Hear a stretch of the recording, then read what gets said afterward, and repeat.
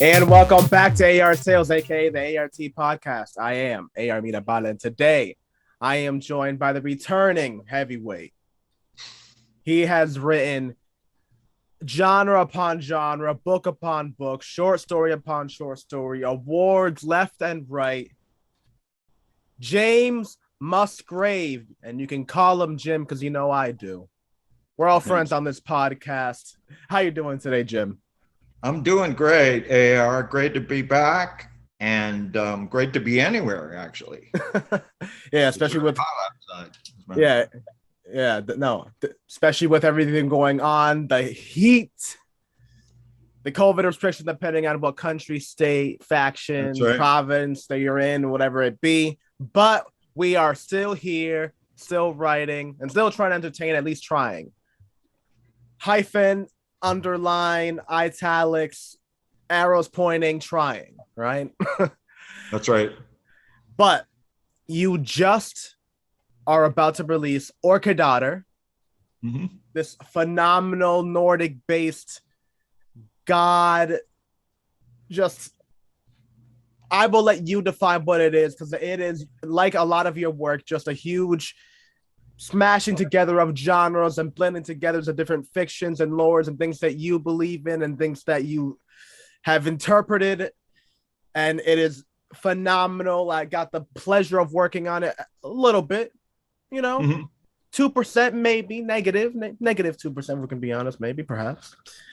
But it was an awesome venture. And on top of that, the book itself is phenomenal. I will let you tell people what it's all about. Okay, thanks. I think the deal is for people to get an understanding of my process, my creative process that's been honed over many years, obviously.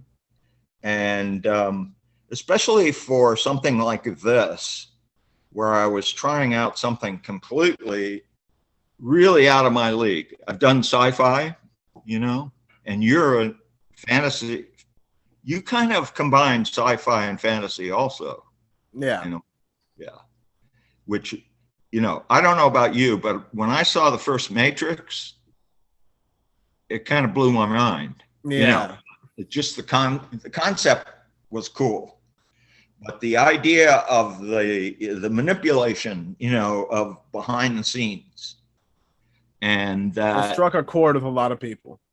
Yeah. So moi aussi, me too. And so that kind of put me into this kind of meditative state, because when I worked at Caltech, you get your mind blown every day there, and when I learned like string theory physics, with the concept of multi-universes and, dimensions that exist at the same time, because there is no time, and that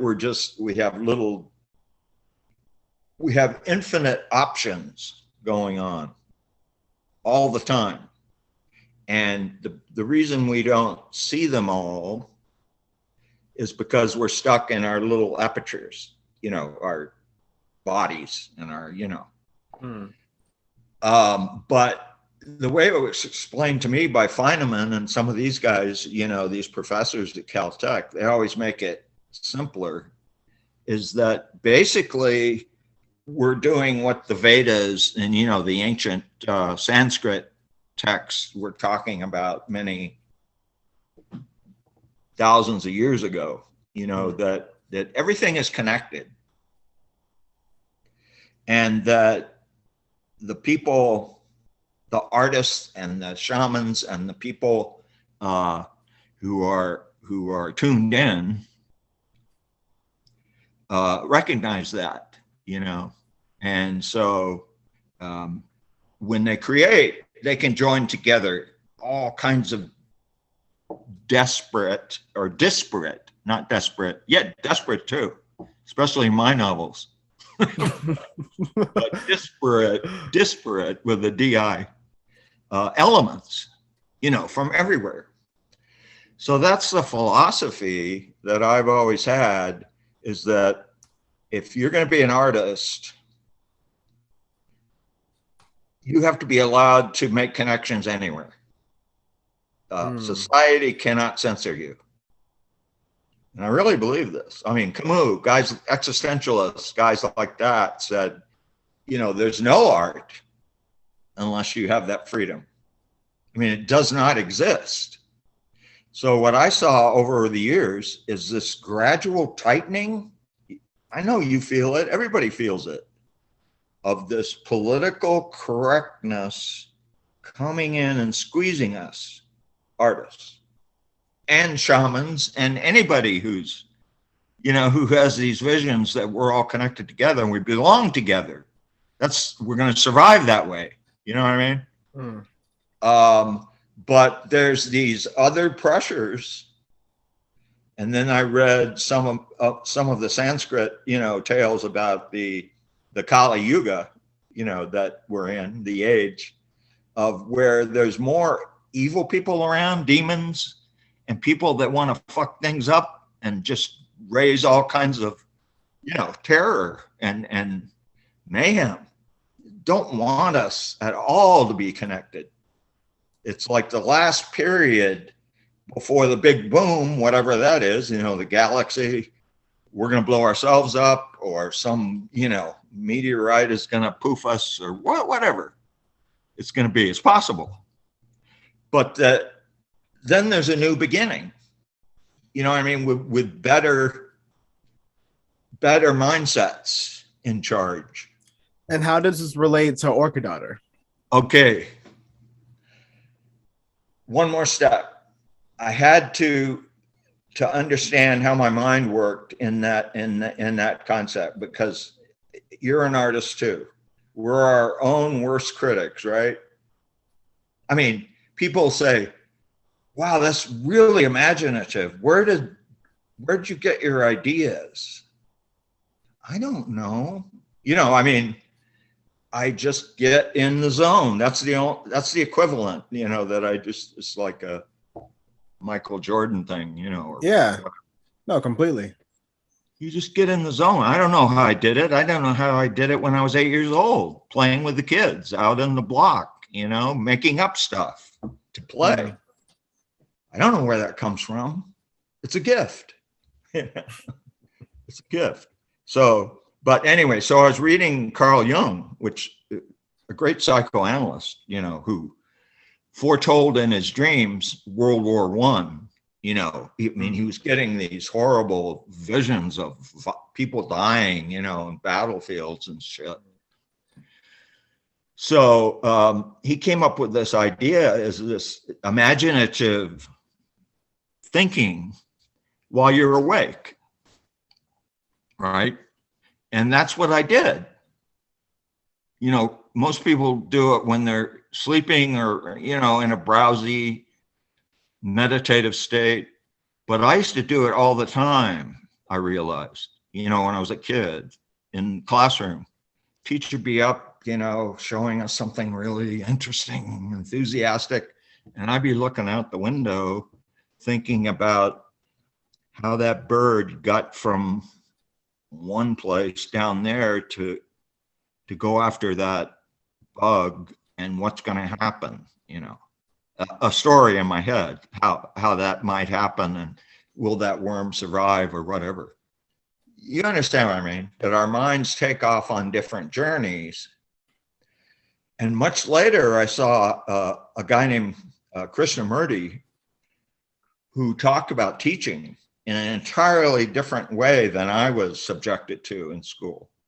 He said, you know, instead of telling the kid, pay attention, turn around, you know, that's what we get, right, in the classroom. Because we're not focused on what the teacher is trying to tell us at that time. So we get uptight, right? Our butt cheeks get tight, and we try to pay attention, right? We kind of force it. Has nothing to do with our natural state of when we're comfortable. In fact, later when I taught college, I realized, why do my students often do much better when they did spontaneous writing in the class, right? Not a formal, this is the essay, you're going to be timed. You understand what I mean? Mm.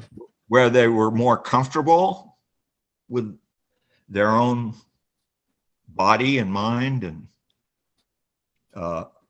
so anyway, so Jung was talking about this, you know, that we can, and some of us, it's easier for us to tune into this.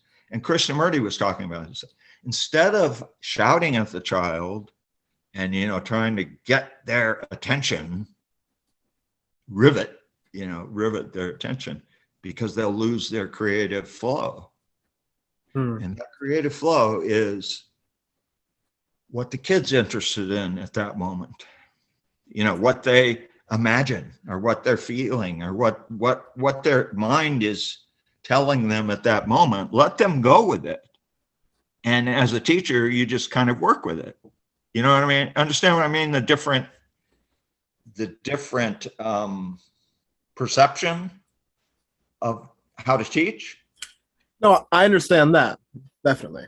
Okay, that's what I was working with. That my creativity and my flow and my energy in that area was not necessarily an accepted policy for society in the classroom. And I became a teacher, ironically, you know. And you use this in order to make Orchid Daughter? Yeah, I sat myself down. I said, okay, before I even thought of Orkidedatter, I met this woman online. You know how you get friends with poets and other artists and stuff. And she was writing this poetry that was lighting all kinds of sparks in my subconscious and my own experience. You know, we all have our load to carry, you know, of our real world, so-called real world experiences, which, anyway, so she was writing this poetry that was gravitating me toward her. And because of my own childhood abuse problems that I had when I was much younger. And so I started talking with her, you know, and interviewing her and finding out what actually happened to her and what she did for a living now, you know. And so we talked over the internet, and she became like this. I don't know if you've ever used people you know in your fiction, but that's what I decided to do. Yeah, definitely. I mean, like, not directly copy and pasted, but, you know, inspiration. Exactly.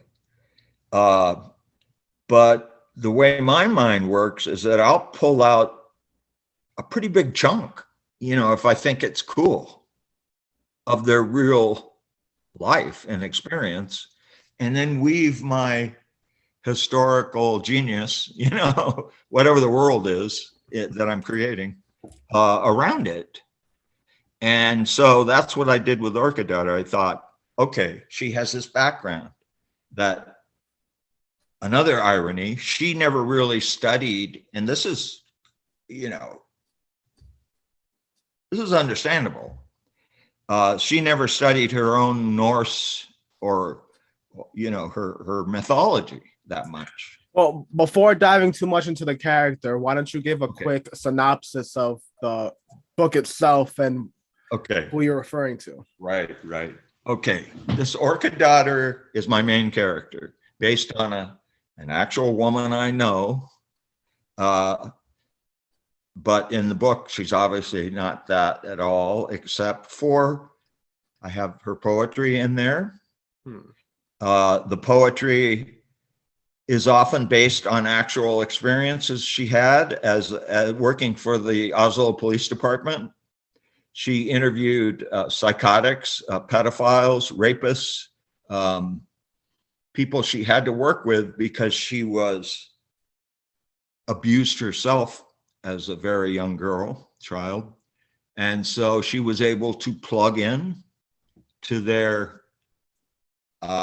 abuse, believe it or not, I've written serial killer novels, so I've done a lot of research into the FBI, chronicling the mental activities of those types of minds.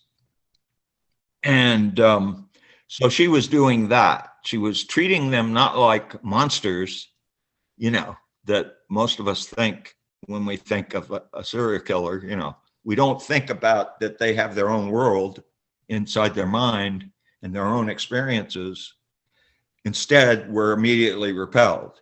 So she wasn't repelled because that was her job. She had to talk with them, find out what they were thinking when they did these things, and the details they gave her as you might talk to a physicist, or some scientist, because they're that unemotional about it. It's not usually what I discovered from her interviewing, that they're not emotional. That's their problem. A killer or somebody who's mentally deranged. In fact, a lot of them are not very emotional at all. And that's why they kill, to get emotional, try to replace the damaged mind that they have from abuse, usually, childhood trauma. And they've twisted it, into something deeply internal and a personal mythology about life and how they fit in it. So anyway, I saw one of her poems and I use it as like Jung talked about having an image that you use. This was an entire poem. So I used it as like the first image that she sees in her work that sends her off into her private world of mythology. And like in the Matrix, where you suddenly find yourself that you're really not part of this real world, you're also in this other dimension at the same time. That's the effect I was working toward. Okay. And so she is pulled into this by a curse upon her from one of the Norse gods, one of the brothers, named Balder, Balder, who was one of the brothers of sons of Odin, the primal god in Norse mythology. And he's in it toward the end. So anyway, this Balder guy's a bad dude. He's like at war with Lily's tribe, her end of the deal. Okay. And she's not even aware of it at first at all. She doesn't even know. All she knows is that she suddenly becomes addicted to having sexual relations with these creatures that Balder is sending to her. And they're very, very masculine, but they have fantastic elements to their bodies, like forked tongues that go out, and all kinds of fantastic body. And this becomes real to her because that's the way it works in my world that I slowly develop, that she is able to experience life in her mythological reality, and it's real to her, and also her day-to-day police job in Oslo, where she wears her suit. Remember on the cover, I said half of her with her blue suit and, the professional look of a worker. But the other half is this goddess, right? Yeah. That loves to fight, loves to fuck, and basically, is like one of her mythological goddesses, so that was the deal. I had the setup. I did the research for the mythology. I did the research for Norway and the police, how the police works. I learned about the differences between the United States police and their policies and in Norway. And it's quite enlightening. And I enlighten the reader about those facts in case they don't know. And the similarities between the United States and Norway in that, for example, they have the same wage gap that we do. In other words, the disparity between the workers and what they get paid and then the bosses. Yeah. I mean, that's almost global at this point. Yeah. So, so I was working on two levels. In other words, drafting my novel. I was working on the research I had to do for the street person in Oslo in 2022, so that my reader can understand what it's really like, living today in Oslo with their policies and their government standard. For example, there's no death penalty in Norway. They can only serve 21 years max for any penalty. Interesting. And here's another tidbit I worked into my novel in the plot. She told me about a guy in her experience that stabbed her. You're referencing the woman that wrote the poetry. Orchid Daughter. Orkidedatter. Real Orkidedatter. The real Orkidedatter. Okay. Yeah. Which I use a lot of her examples in my book. So this is a strange thing about my fiction. I go from reality of the street life in Oslo that's based on her information working, over 20 years for the police department in Oslo. And also my research, into the laws in Norway at the present time. So that's what's fascinating to me as an author to write it, because I get to work on a completely fantasy level that's fun as hell. The usual, what you usually read, it's all fantasy. You create the entire world, except maybe urban fantasy. I guess there's a genre. I mean, there's a whole bunch of genres that don't necessarily incorporate fantastical elements, but I would say that a lot do. Just because the moment that you create anything that's not in the world that we're living in, or not a recreation of something in the past, then it would be fantastical elements. Yeah. So what I was working on was the kind of idea that, and again, from a Hindu mythology, that everything is a dream. That's what they believe, Maya. So what we think is real doesn't necessarily mean it's so. You know what I mean? It's like anything can be a fantasy. And if you stop and think about it, as I often do, because I'm a thinking type guy, philosophy and stuff. So yeah. I mean, how else do you explain mental illness or, people who have visions and are prophetic and they don't understand why they are. And like Lily, one of her side jobs is as a medium. She kicks bad spirits out of people's houses because they bother them. This is, and so, and I didn't believe that until I started talking with people who've had supernatural experiences, with elements that they can't explain. Well, it's good that you talk about the whole supernatural elements and things you can't explain, because you're currently working on the sequel to Orchid Daughter right now. So do you want to talk a little bit about that? Yeah. So that blew me away. Yeah. because Orchid Daughter, Lily told me, what I really want to be, I'm really dark, she tells me, Hmm. And I said, yeah, so am I. And so, in fact, I told you I was raped by 6 guys on the jetty when I was 12 years old, butt fucked, And so I had imagination even back then. So I put that in my fantasy, because one of my characters is a professor coming from the United States, San Diego, where I live.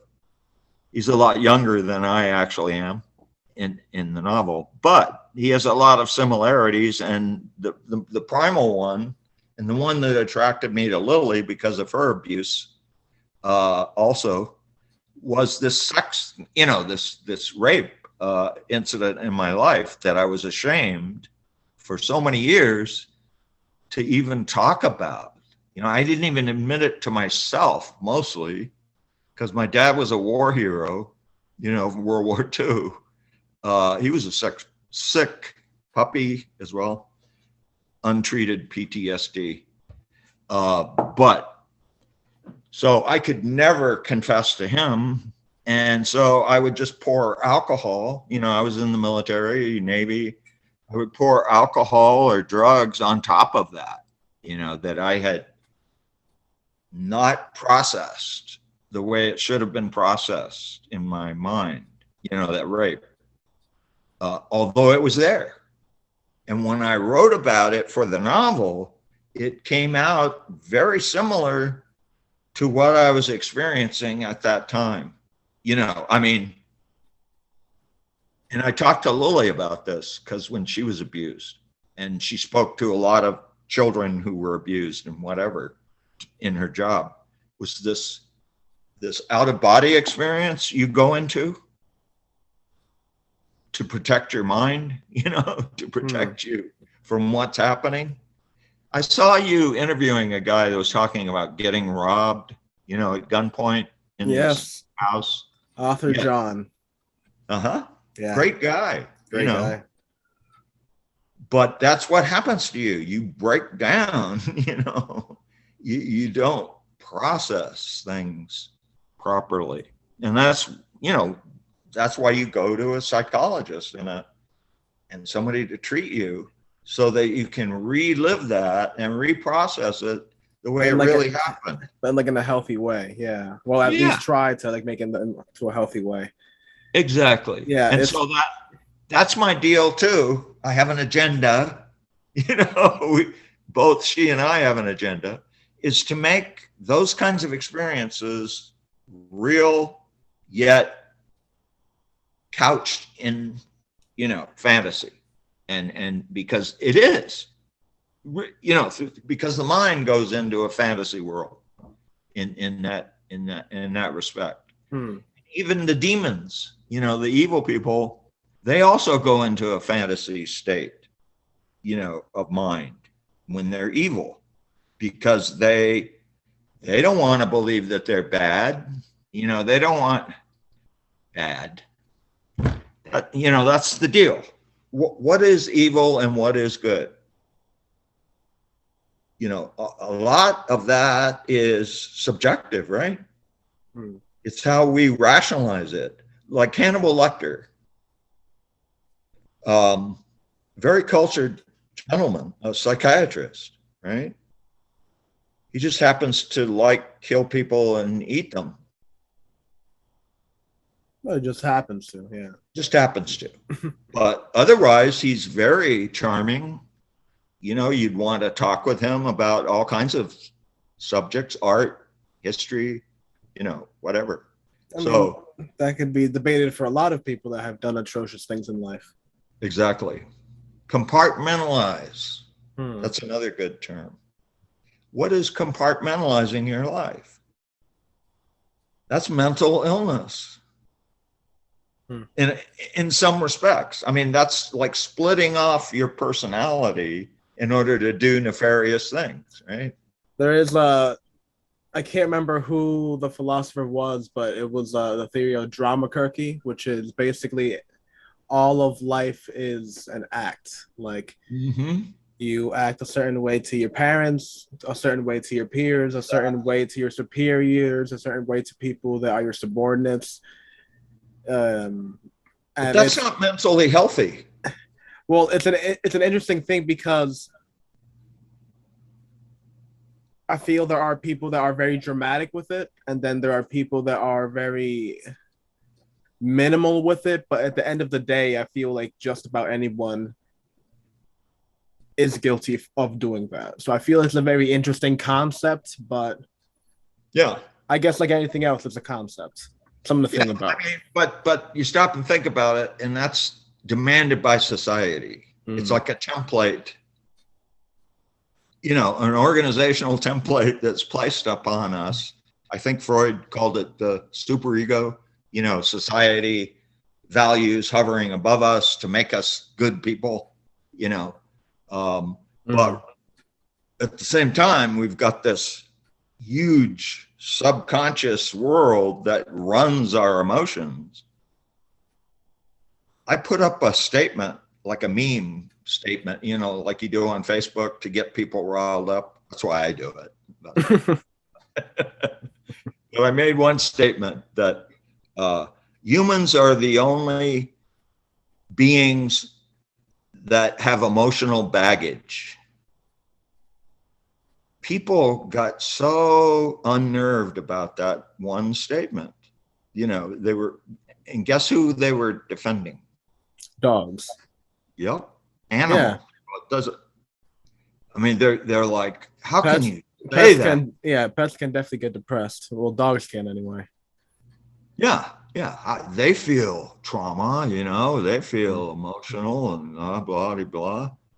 And it was very difficult. I had to do lengthy explanations and put a scientific, you know, article up to prove that we human beings have almost an unlimited ability to process our emotions in so many different ways. And that's what makes us, it's a double-edged sword, makes us really fascinating, you know, with creativity and being able to pull up stuff, you know, that other people can't and connect them. And also, you know, sick people who pull up stuff from hell, you know, and live on it and kill for it. And then you stop and think, as I do often, because I was in the military, that's exactly what they train you to do. You know, if you're going to be a killer of an enemy, they have to break your mind down, you know, in order to fit that persona, that mask that we wear, right? You were talking about that. We need the different personas, the warrior mask, right? To function and to retaliate according to what society tells us is the norm. You know, what's the normal? So even in my fantasy world, I had to have a normality, you know. And so that was the Norse fight, you know, that they're having between the gods in Lily's world. As far as the real world, you know, that's kind of self-explanatory to me. I wake up every day and read the headlines. I say, oh boy, it's fucked again. You know, I mean, we're really, what are we heading to this time? You know, what more shit are they going to lay on us? Well, since we're approaching the end of the recording now, I do want to leave this little moment to address that you are also working on a choose your own adventure book. Yeah, I kind of dropped that idea, especially for this series, because my mind is working so much connecting anyway for this series anyway, you know, connecting real life and fantasy. Well, what was the name? You went off and talked so much about the philosophies about the sequel that you didn't say what the sequel is about, who the main villain was, or anything like that. Right. You're right. Yeah, that's my old guy going off. Yeah. Yeah, the second one is right at the end, the climax of. God, I'm going to talk about. Don't give anything away from the first book. Just okay. What is the name of the second book? Name of the second book is Black Widow Orchid, because Lily goes from being what she was, you know, in the hero of the first book, into the hybrid of a vampire, and because of the castle is very gothic in the first book, you know, Dr. Balder's castle is right out of Poe, you know, it's like Valhalla, that's what he calls it. Very dark, you know, horrible stuff going on in there. That's my only worry, is that I've gone too dark in that castle for people. Well, let the readers find that out. Exactly. Right? So when is the release date for Orkidedatter 1? And then what do you think is going to be the release date for Orkidedatter 2? We know you're working on it. July for Orkidedatter 1. Okay. Coming out soon. And we did the cover for that. Neil Tino produced. Oh, that's you gotta check it out. I will show it up. We actually try to. You're also going to do a video for me, right? A book trailer. Yes, we are doing a trailer. We're doing bookmarks, doing the whole. He does all this marketing out of his magic hat. You know, it's like you'd have to pay these other assholes. You'd have to pay so much extra, you know, for all these touches that AR includes, you know, gratis, because of he likes your creativity, or you know what I mean. He's like, he goes with the flow, you know. He doesn't try to nickel and dime you like some of even these big setup deals, you know, like Reed Publishing and they'll nickel and dime you also, you know, if you add it all up. You know, they start out, oh, this is free, you know, oh, okay, that's cool. But then when you get down to the nitty gritty, as we did, you know, well, the book trailer, this and that, we'll add this, then we can do this. You know, you end up paying more. Anyway, I'm doing a little commercial for you. Sorry. Hey, I will take the praise. We are out here. We are trying, just supporting authors. I get it. The reason I even started doing this was because I remember I paid, before I started thinking that I could actually do it by myself and going on my own like route with it. I remember I paid $350 for a cover that I've never used ever. No, I've never used. I put it up on Instagram one time and deleted the post. It has not seen the light of day since I paid for it. And from that point on, I realized that like how just insane that entire process was. But I won't go to any much detail about that. If you're interested, Instagram, message me, however you want to contact me. Send a bird my way with a little note attached to it, whatever, a raven, a pigeon, whatever you can train. But make sure to keep an eye out for Orkidedatter coming out soon. Mid-July, has to be checked out. We did the cover. It's going to be phenomenal. 18 and older. Yes, definitely. This is a fantasy, Nordic, erotica. Yeah. It is just James Musgrave at his most James Musgrave-esque. So if you are a fan, and he has plenty, there are many awards to back it up. Make sure to keep out an eye for it. Amazon author page, hit notifications so you know get an AR drops. You can get an ARC of it, and you can also get a free copy of the audiobook that's coming out, dropping on the 17th, if you do a short review for me. So email me at jimmusgrave.jam@gmail.com, and I can send you a link where you can download a EPUB or Mobi or a PDF copy of your choice. So do that. Make sure to do that. Yeah. And on that note, this is the end of the podcast, folks. We will be back next week with another author. You have to support, honestly, folks. You got to do it.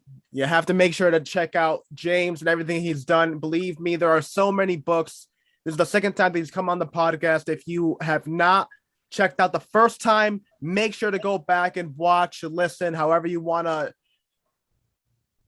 consume the content, whatever it is that you need to do, go back, listen to it. He has written so many things before, short stories, and I have had the pleasure to work on them since the begin, like almost a year now. And we will continue that notion. And young people are so flexible with older folks, that don't know the technology so much. I mean, people badmouth.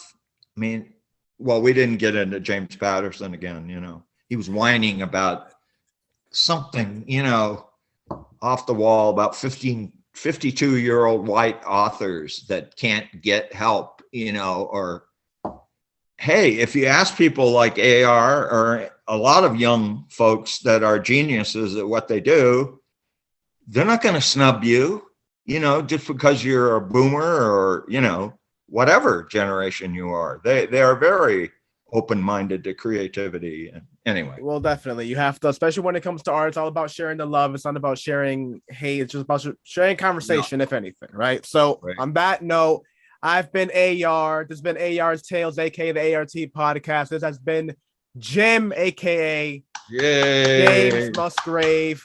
We will be back next week. Peace out.